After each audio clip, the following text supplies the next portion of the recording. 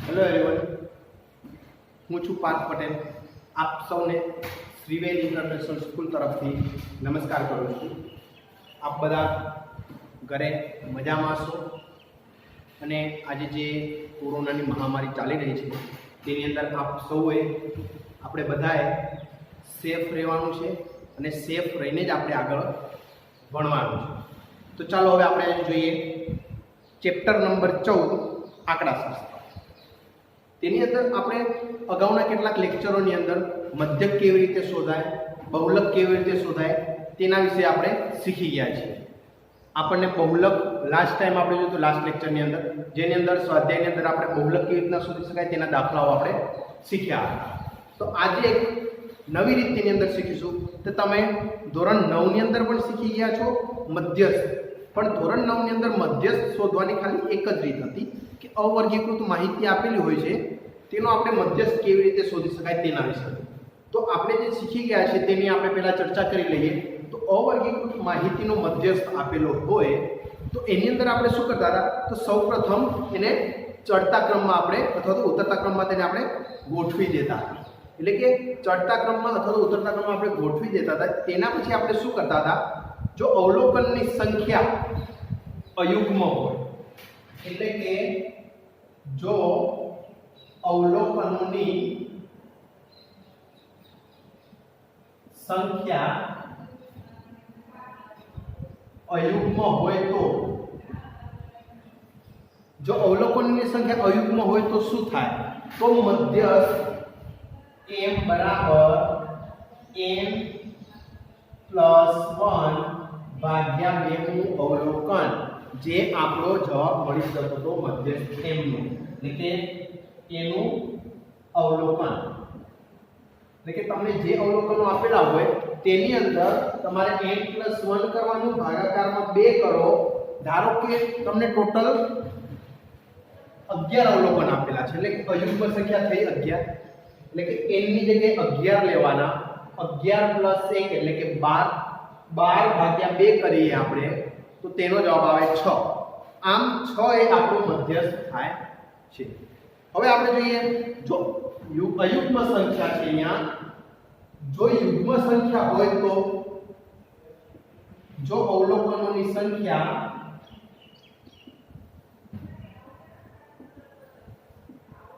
યુગ્મ હોય તો, જો અવલોકનોની સંખ્યા યુગ્મ હોય તો મધ્યસ્થ m બરાબર n ભાગ્યા 2 નું અવલોકન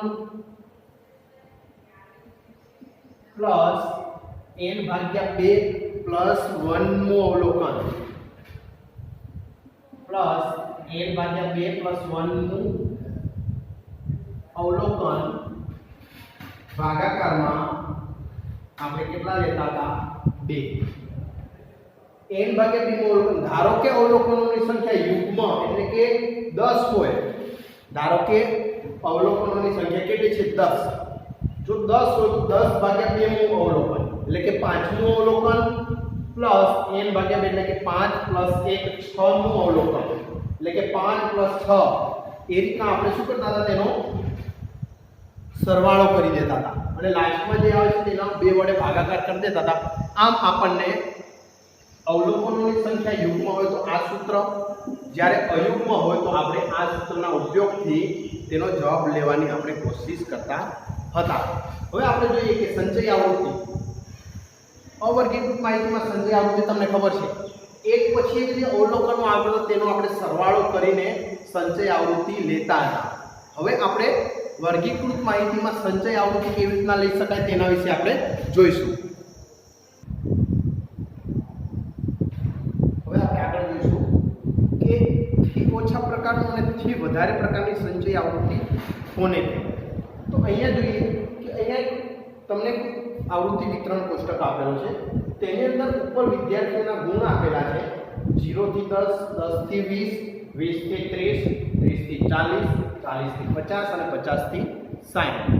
અને નીચે વિદ્યાર્થીઓની સંખ્યા આપેલી છે, એટલે કે 0 થી 10 સુધી કુલ 5 વિદ્યાર્થીઓના ગુણ આવેલા છે અને 10 થી 20 સુધીમાં 3 વિદ્યાર્થીઓ, 20 થી 30 ની અંદર 4, 30 થી 40 ની અંદર 3, 40 થી 50 ની અંદર 3 અને 50 અને 60 ની વચ્ચે કુલ 4 વિદ્યાર્થીઓના ગુણ આવેલા છે.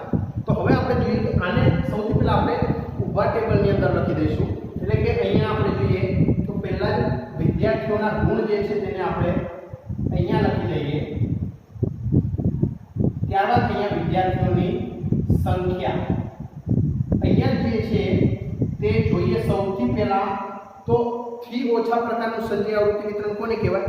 તો આપણે અહીંયા 10 થી ઓછા સૌથી પહેલી સંખ્યા 0 પછીની કેટલી છે? 10.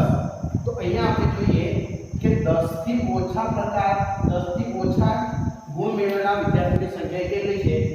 તો 10 થી ઓછા વિદ્યાર્થીઓ. તો 0 અને 10 ની વચ્ચે 10 થી ઓછા કેટલા વિદ્યાર્થીઓ? કુલ 5. તેવી જ રીતના અહીંયા 20 થી ઓછા વિદ્યાર્થીઓ. તો 20 થી ઓછા વિદ્યાર્થીઓ કેટલા હોય? તો અહીંયા 5 + 3 કરીએ એટલે કે 5 + 3 બરાબર કેટલા થાય? 8. આમ આ બંનેનો સરવાળો કરીએ તો આપણને 20 થી ઓછા વિદ્યાર્થીઓની સંખ્યા મળી જાય અહીંયા આ સાઈડમાં.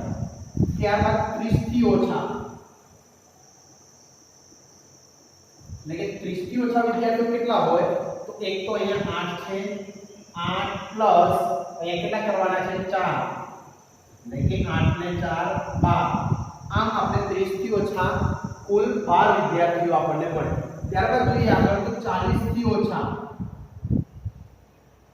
કે 40 થી ઓછા કેટલા વિદ્યાર્થીઓ? તો અહીંયા આપણે ડાયરેક્ટ 12 લખી દઈશું પ્લસ અહીંયા બીજા કેટલા આવશે? 3 એટલે 12 અને 3 એટલે કે કેટલા થશે ટોટલ? 15. આમ કુલ 15 વિદ્યાર્થીઓ જે છે તે 40 કરતા ઓછા ગુણ મેળવેલા વિદ્યાર્થીઓની સંખ્યા આપણે કહી શકીએ. ત્યારબાદ 40 થી ઓછા હવે 50 થી ઓછા. તો 50 થી ઓછા કેટલા વિદ્યાર્થીઓ? તો અહીંયા લાસ્ટમાં આપણી પાસે છે 15 પ્લસ બીજા વધારાના કેટલા ઉમેરવાના છે? ત્યાં 3 એટલે કે 15 અને 3 18. આમ 50 થી ઓછા કુલ 18 વિદ્યાર્થીઓ છે. ત્યારબાદ 60 એટલે કે 60 થી ઓછા કેટલા વિદ્યાર્થીઓ છે? તો 60 થી ઓછા વિદ્યાર્થીઓ માટે શું કરવું પડે? 18 પ્લસ અહીંયા લાસ્ટમાં આપણો ડિજિટ છે 4 એટલે 18 + 4 એટલે કે 22. આમ આપણે જોઈ ગયા કે કુલ 60 થી ઓછા વિદ્યાર્થીઓ કેટલા છે? 22. 50 થી ઓછા 18, 40 થી ઓછા 15, 30 થી ઓછા 12, 20 થી ઓછા 8, 10 થી ઓછા 5. આમ આ રીતના જે આપણે માહિતી તૈયાર કરીએ છીએ તેને થી ઓછા પ્રકારની સંચય આવૃત્તિ વિતરણ કોષ્ટક કહે છે. સો ફરીથી યાદ રાખજો, થી ઓછા પ્રકારની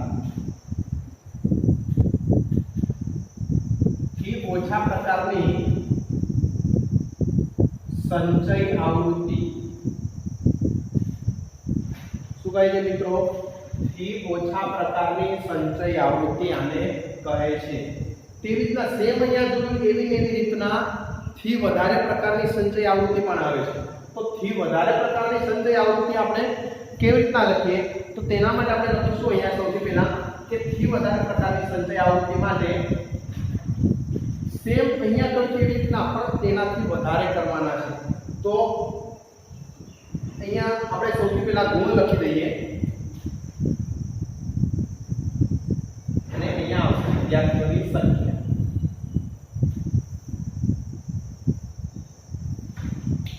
તો આપણે સૌથી પહેલા અહીંયા થી વધારે પ્રકારનું સંચય આવૃત્તિ વિતરણ કોષ્ટક તૈયાર કરવાનું છે. તો આપણે અહીંયા 10 થી વધારે ગુણ મેળવેલા લખીશું. તો 10 થી વધારે મેળવેલા ગુણ.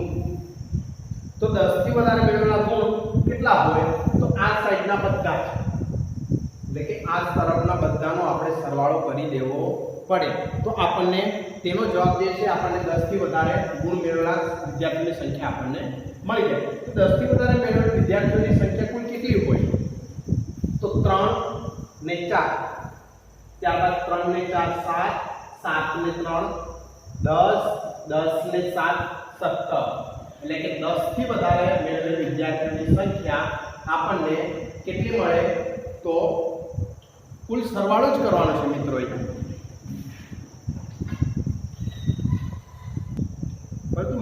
ખાસ યાદ રાખજો, આપણે એ ડાયરેક્ટ સતત આવી રીતે ગણતરી કરવા જઈશું તો આપણને થોડીક મુશ્કેલી પડે છે. તો અહીંયા પહેલા આપણે 10 થી વધારે લખ્યું છે તેની ઉપર 0 થી વધારે કુલ કેટલા છે તે આપણે લખી દઈએ.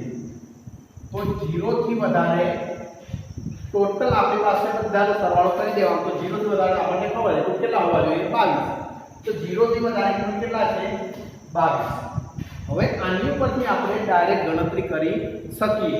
તો 10 થી વધારે કેટલા હોય? તો 10 થી વધારે કેટલા હોય? તો -5 કરી દેવાના છે. તો 22 માંથી 5 માઈનસ કરી દઈએ તો આપણને તેનો જવાબ ડાયરેક્ટ 17 મળી જાય. આપણે ડાયરેક્ટ ગણતરી કરવાની જરૂર રહેતી નથી. ત્યાર પછી જોઈએ તો 20 થી વધારે, 20 થી વધારે કેટલા હોય? તો અહીંયા 17 લખી દેવાના -3 એટલે કે તેનો જવાબ આપણી પાસે આવે 14. હવે જોઈએ તો 20 થી વધારે, તો હવે જોઈએ 30 થી વધારે કેટલા હોય? તો આપણી પાસે જો 30 થી વધારે કરવા હોય તો 14 માંથી હવે કેટલા માઈનસ કરવા પડે? 4.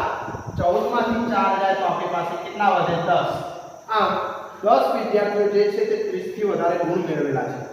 હવે આગળ જોઈએ તો 40 થી વધારે,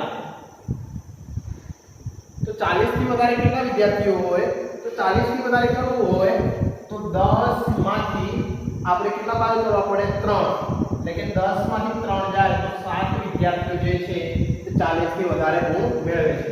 ત્યારબાદ 50 થી વધારે, તો 50 થી વધારે કેટલા વિદ્યાર્થીઓ છે? તો 50 થી 50 કરતા વધારે જોઈએ તો 0 થી 7 માંથી આપણે 3 બાદ કરી લઈએ. એટલે કે 3 બાદ કરીએ તો આપણને કેટલા મળે છે? 4. એટલે 50 થી વધારે આપણને ખબર છે કેટલા મળે છે? અહીંયા 4. હવે 60 થી વધારે જોઈએ તો 60 થી વધારે 4 માંથી 4 જાય તો કેટલા વધે? 0. આમ તમને અહીંયા દેખાય છે કે આવૃત્તિ વિતરણ જે કોષ્ટક આપેલો છે તેની અંદર 60 થી વધારે એક પણ વિદ્યાર્થીઓ આપેલા નથી. આ રીતના જે આપણને કોષ્ટક મળે છે જે સંચય આવૃત્તિ વિતરણનું, તેને આપણે થી વધારે પ્રકારનું સંચય આવૃત્તિ વિતરણ કોષ્ટક કહીએ છીએ. સંચય આવૃત્તિ વિતરણનું કોષ્ટક આપણે તેને કહીએ છીએ.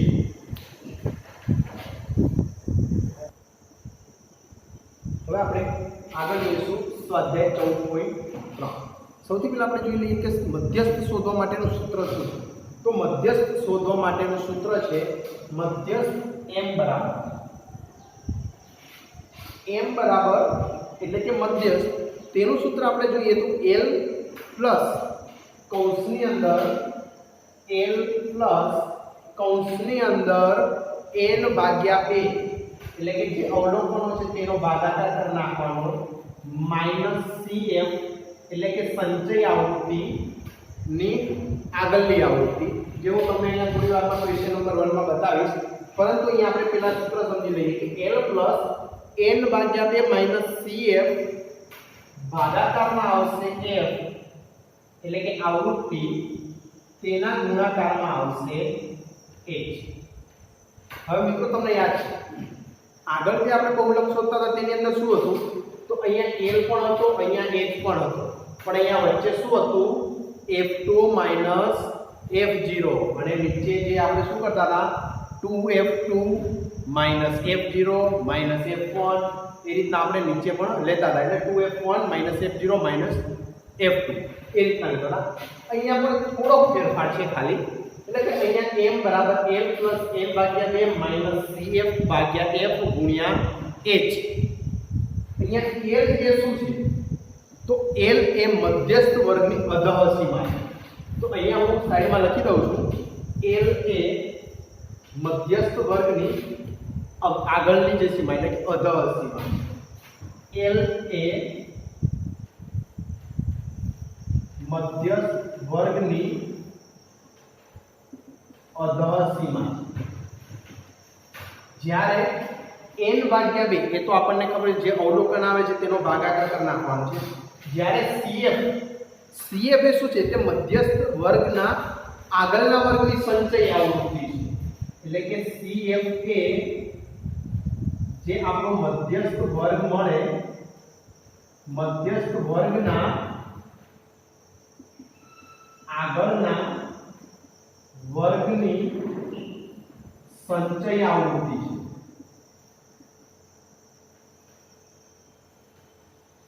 જ્યારે f એ શું છે? f એ મધ્યસ્થ વર્ગની આવૃત્તિ છે। f એ મધ્યસ્થ વર્ગની આવૃત્તિ છે। જ્યારે h તો તમને ખબર છે શું છે? એ વર્ગની લંબાઈ।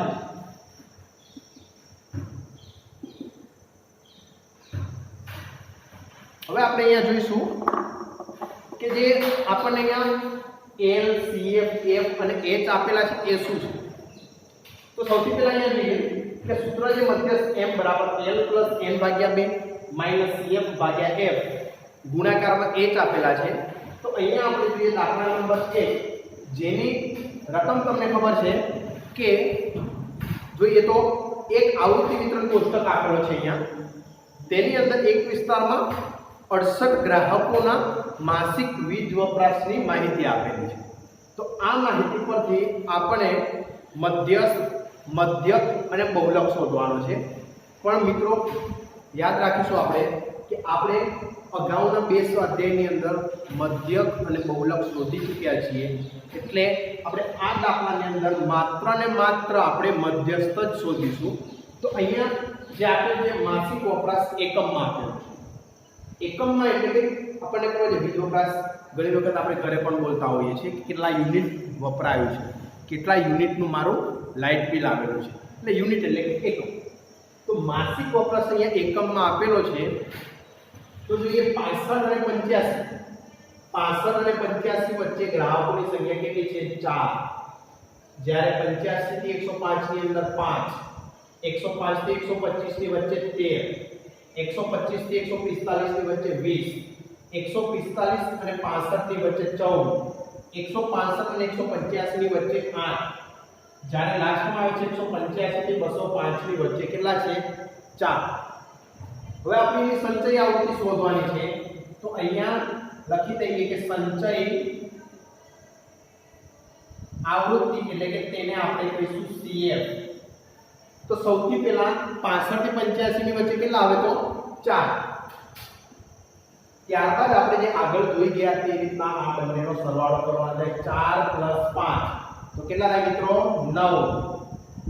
ત્યારબાદ 9 + 13 એટલે કે 22, 22 + 20 એટલે કે ત્યાં આપણને મળશે 42। ત્યારબાદ 42 અને 14 એટલે કે આપણને મળે 56। જ્યારે 56 + 8 એટલે કે મળે આપણને 64 અને 64 + 4 એટલે કે 68।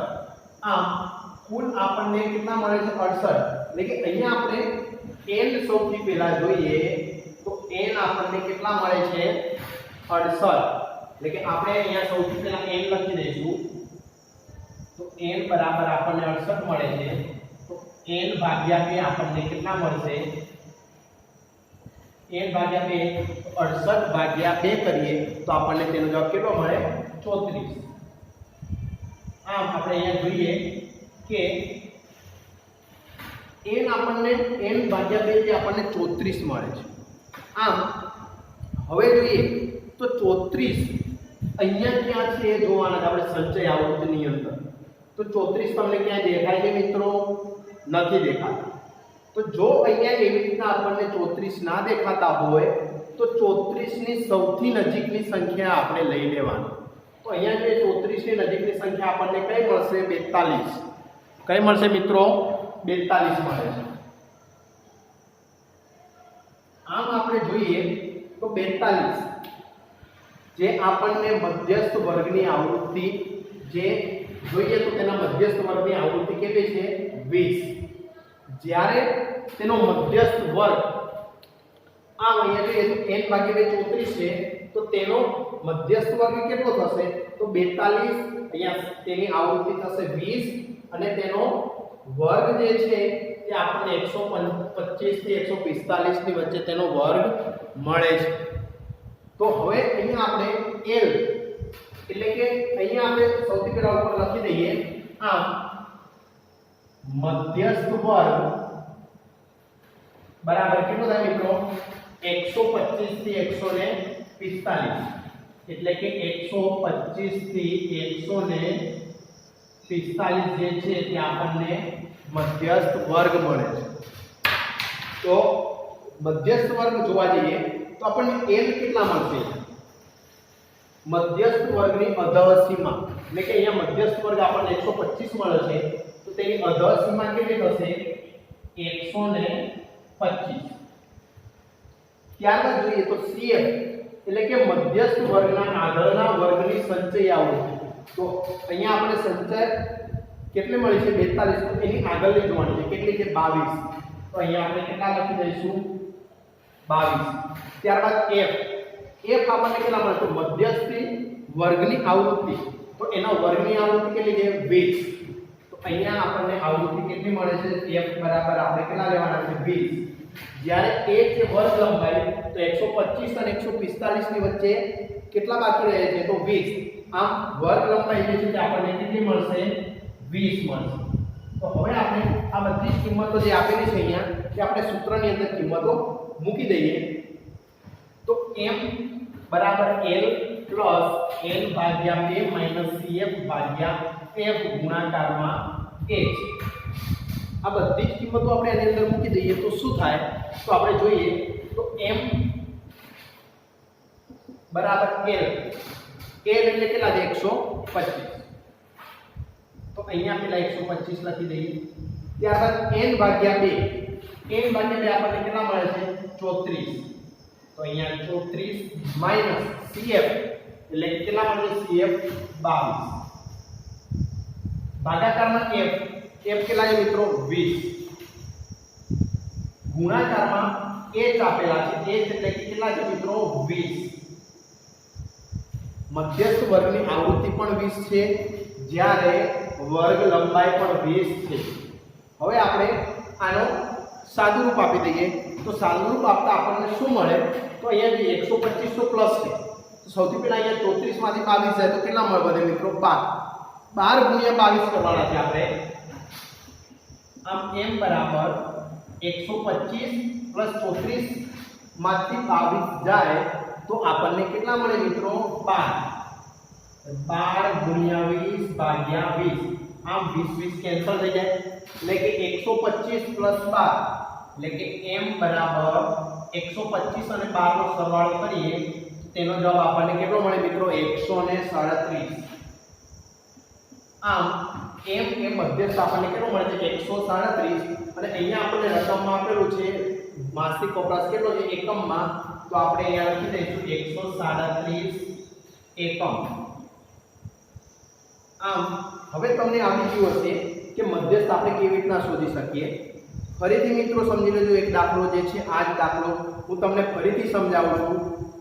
અહીંયા સૌથી પહેલા જોઈએ અહીંયા જે કોષ્ટક આપેલો છે તેની પરથી આપણે મધ્યસ્થ શોધવાનું છે. તો અહીંયા આપણે સંચય આવૃત્તિ લખી દઈશું પહેલા. તો સંચય આવૃત્તિ લખતા તમને હવે આવડી ગયું હશે કે એક પછી એક સરવાળો કરતા જ જવાનું છે ખાલી. તો અહીંયા પહેલા 4 અને 5 એટલે કે આનો જે છે 4 અને 5 નો આપણે સરવાળો કરી અને જે આવે તે અહીંયા લખી દેવાનું છે. એટલે કે 4 અને 5 નો સરવાળો 9 ત્યારબાદ 9 અને 13 નો સરવાળો 22 ત્યારબાદ 22 અને 20 નો સરવાળો કરીએ તો આપણને 42 મળે છે. ત્યારબાદ 42 અને 14 નો સરવાળો કરતા આપણને 56 મળે છે. 56 અને 8 નો સરવાળો કરતા આપણને 64 મળે છે અને લાસ્ટમાં 64 પ્લસ 4 કરતા આપણને કેટલા મળે છે 68 જે આપણી સંચય આવૃત્તિ છે. હવે આપણે જોઈએ તો સૂત્રની અંદર L પ્લસ n ભાગ્યા 2 માઈનસ CF ભાગ્યા F ગુણાકારમાં આવે છે H. હવે અહીંયા n ભાગ્યા 2 કેટલા છે તો n આપણે ટોટલ કુલ સરવાળો જોવા જઈએ તો કેટલો છે કુલ સરવાળો 68 તો 68 ભાગ્યા 2 કરીએ તો 34 મળે છે અને 34 જે છે આપણે જોવાનું છે કે સંચય આવૃત્તિમાં ક્યાં આપેલા છે. તો 34 જોઈએ તો આપણને ક્યાંય દેખાતા નથી, તો આપણે 34 ની સૌથી નજીકની જે સંખ્યા છે તે લઈ લઈએ, તો તે સંખ્યા છે 42. તો 42 20 અને 125 145 એનો વર્ગ છે. 20 આવૃત્તિ કહેવાય અને 42 જે છે સંચય આવૃત્તિ છે. તો આ બધામાં આપણે સૂત્રની અંદર કિંમતો મૂકી દઈએ. L એટલે કે તે મધ્યસ્થ વર્ગની અધઃ સીમા થશે, એટલે કે મધ્યસ્થ વર્ગની અધઃ સીમા એટલે કે મધ્યસ્થ વર્ગ 125 થી 145 છે, તો તેની અધઃ સીમા તો કેટલી થશે? 125. હવે જોઈએ તો CF શું છે? તો CF એ મધ્યસ્થ વર્ગના આગળના વર્ગની સંચય આવૃત્તિ. તો આપણો મધ્યસ્થ વર્ગ આપણને કેટલો મળે? 42. તો 42 ની આગળની આવૃત્તિ એટલે કે કેટલી મળે આપણને? 22. આમ CF બરાબર 22 થાય. ત્યારબાદ મધ્યસ્થ વર્ગની આવૃત્તિ એટલે કે F. તો અહીંયા આનો F કેટલો છે? તો 20. ત્યાં 20 લખી દઈએ. ત્યારબાદ H એ વર્ગ લંબાઈ આપેલી છે, તો વર્ગ લંબાઈ કેટલી છે? તેની 125 અને 145 માંથી 5 કરીએ તો આપણે કેટલા મળે? 20. આમ H બરાબર આપણને કેટલા મળે છે મિત્રો? 20. હવે આ સૂત્રને ફરીથી વારંવાર યાદ કરવું પડશે મિત્રો, કારણ કે મધ્યસ્થ અને મધ્ય આ બંને વસ્તુઓ બોલવામાં એક સરખા જ લાગશે અને સૂત્રો પણ એક સરખા જેવા જ છે. તેની અંદર L પણ આવે છે, H પણ આવે છે.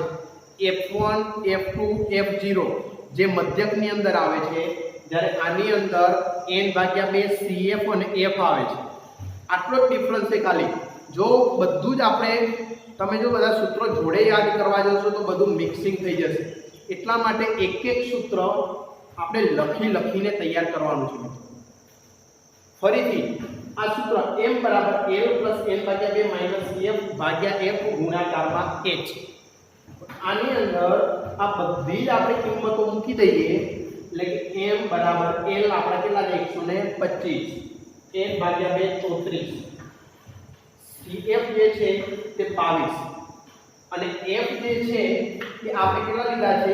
F એ 20 અને H જે છે તે પણ આપણે કેટલા લીધા છે? 20. હવે 125 34 માંથી 22 જાય એટલે કે 12 × 20 ભાગાકારમાં આવે 20. આમ 20 કેન્સલ થઈ જાય એટલે કે m બરાબર 125 + 12 એટલે કે 125 અને 12 નો સરવાળો કરીએ તો આપણને 137 મળે.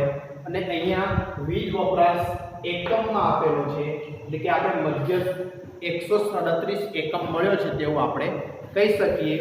અને મિત્રો યાદ રાખજો કે આ દાખલાની અંદર આપણને મધ્યક અને બહુલક પણ શોધવાનું કીધું છે, પરંતુ આપણે અગાઉના જે સ્વાધ્યાય છે તેની અંદર મધ્યક અને બહુલક વિશે આપણે શીખી ગયા છીએ, તેના વિશે આપણે દાખલાઓ પણ ગણ્યા છે.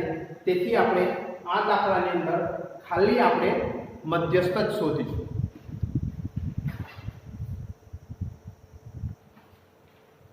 તો હવે ફ્રેન્ડ્સ, હવે આપણે આજના લેક્ચરમાં આટલે સુધી જ રાખીશું. આગળના જે લેક્ચર આવશે તેની અંદર આપણે આગળના સ્વાધ્યાય 14.3 ના કેટલાક આગળના દાખલાઓ ગણીશું. તો મિત્રો, આટલું જે તમે આજે શીખ્યા છો તેને નોટબુકમાં સારી રીતે લખી રાખજો.